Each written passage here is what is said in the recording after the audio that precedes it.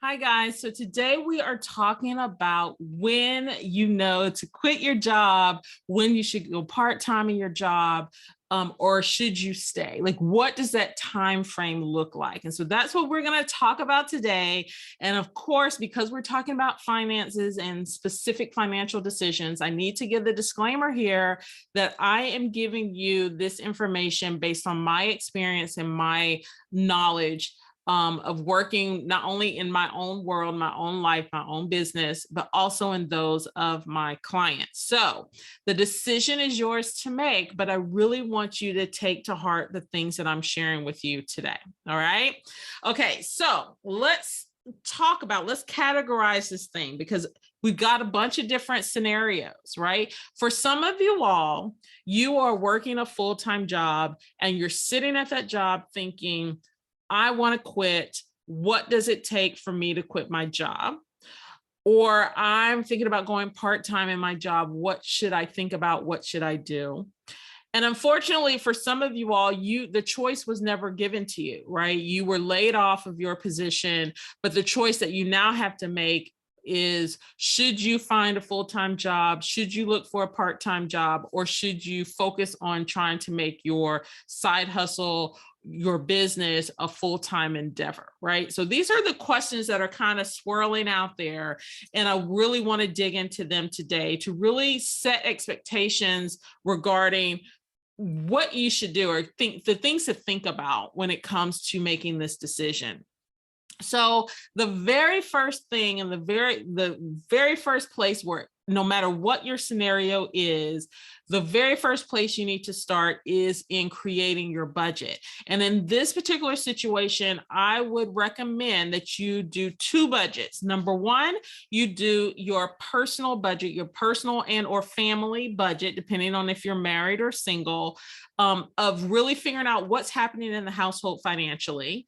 And then I would do a secondary budget of what is happening in your business financially. Okay. And the reason why I want you to do them independent of one another, number one, because we should have these two financial worlds independent of one another so that you can truly make informed decisions.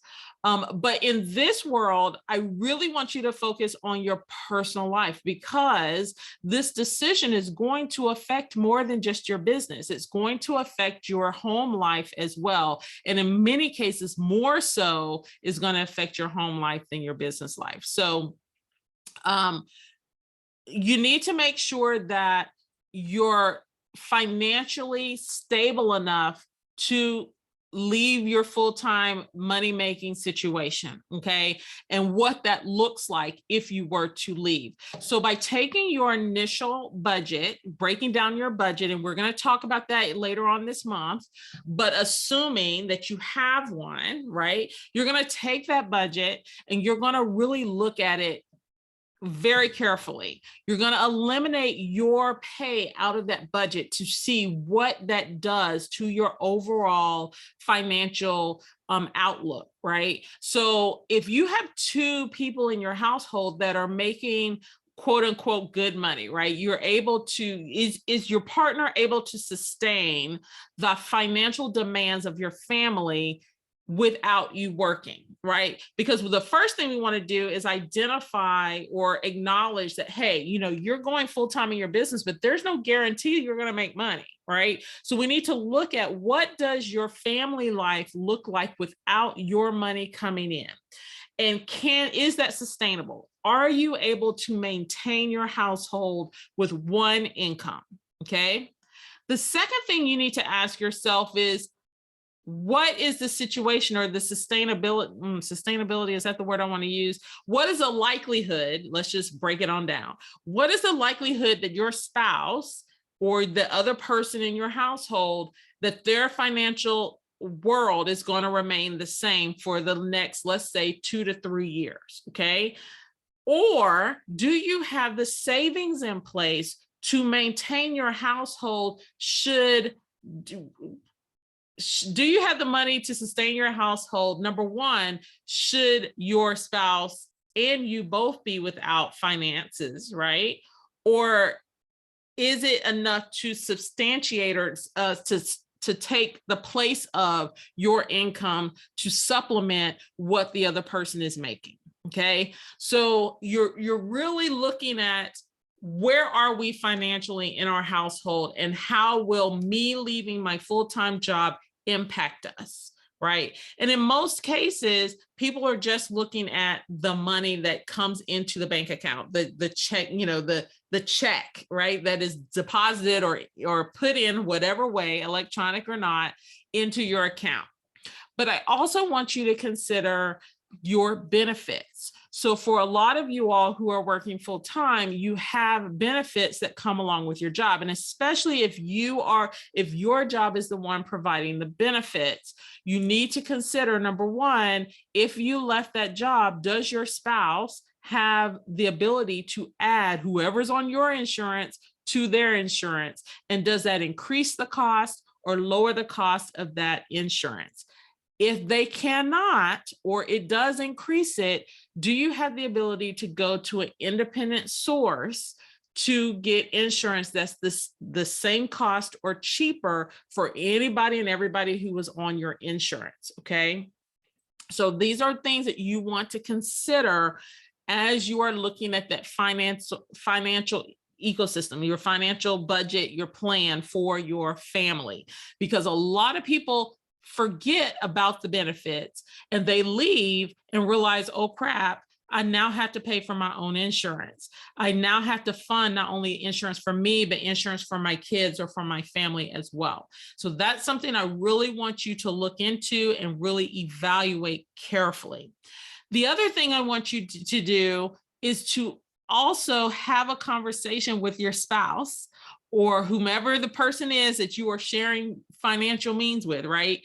You need, and I'm going to say spouse here, you need to have a conversation with that individual as well. And this conversation can happen when you're, excuse me, evaluating the financial means of your family, or you can wait and evaluate the family finances, but also evaluate your business and have the conversation having the full picture in place, right? That may actually be the better route to take, because it's easier to look at the full picture than to just look at half of it. Okay. So now let's flip over to our business side.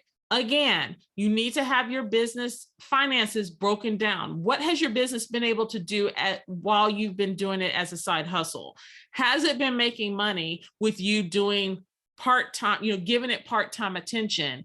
And if you were to give it full-time attention, let's say it doubled, right? Or tripled. What does that look like? When are you making the same amount of money that you're making in your full-time job? Or when are you making the money that can take the place of whatever that supplemental amount is that you need to fund your family's bills and things of that nature? If you look at your financial offset, your financial picture for your business, and you see that, hey, I am able to, if I were full-time in my business, I can double what I'm making now, and that will more than cover what I'm doing in my, what I need for my home life, then there's your answer, right? You're able to sustain by going full-time over here. You're able to keep your family in the financial black, okay, within your family. Again, this needs to be a conversation that you include your spouse in, because there's nothing worse than you making a quick decision at your business that only you were involved in, but it affects everybody else in your household.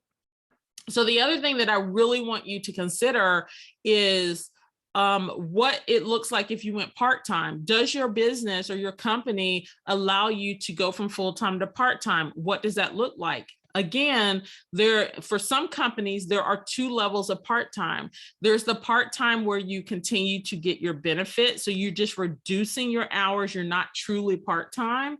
And then there's another breakdown where you are truly part-time. You get no benefits whatsoever, but you're still getting the finances. You're still making money that can cover the bills in your household, right? So maybe let's say that your family, your spouse can take on the family in their insurance, or maybe they're already taking care of the family insurance perspective.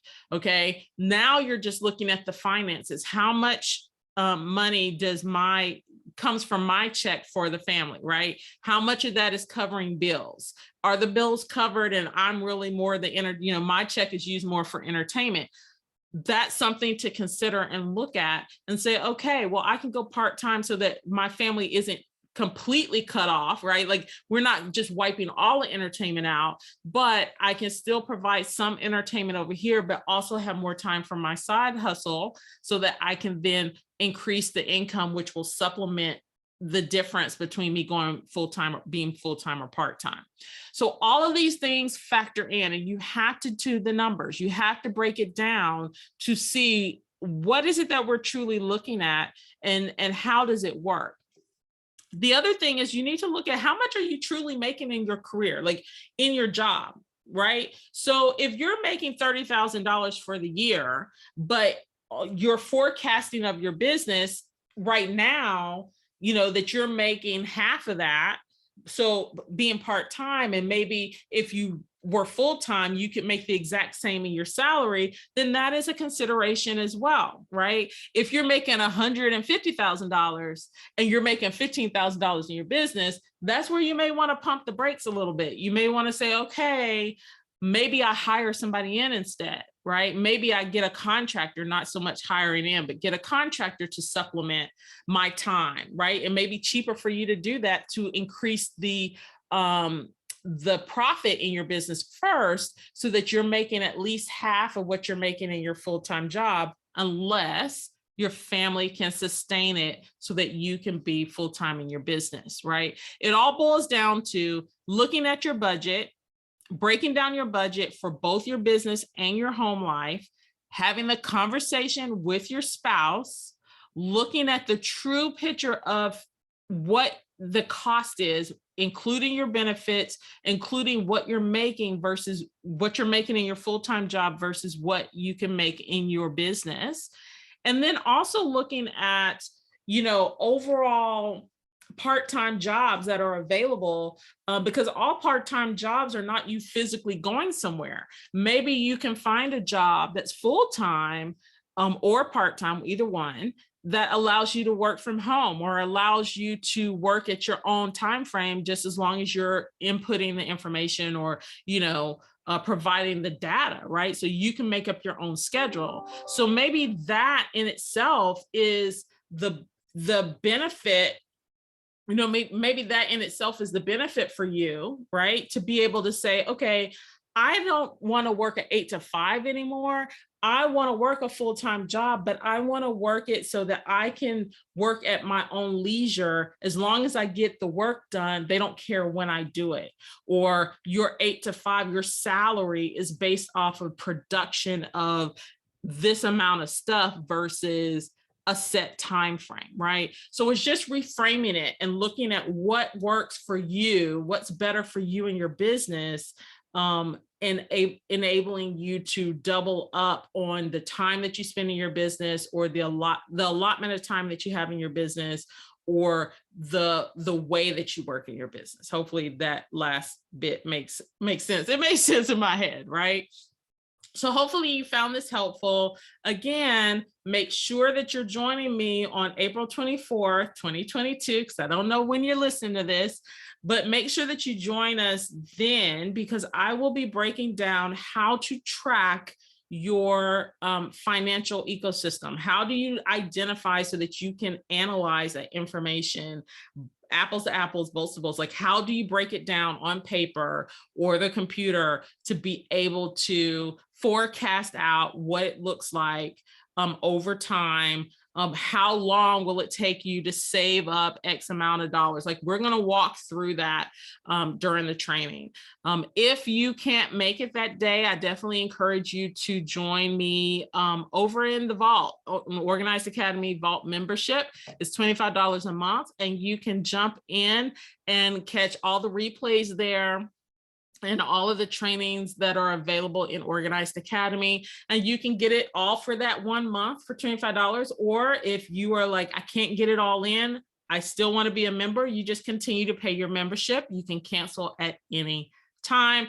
$25 a month. All right. So I hope you found this training helpful. I look forward to seeing you on the 24th.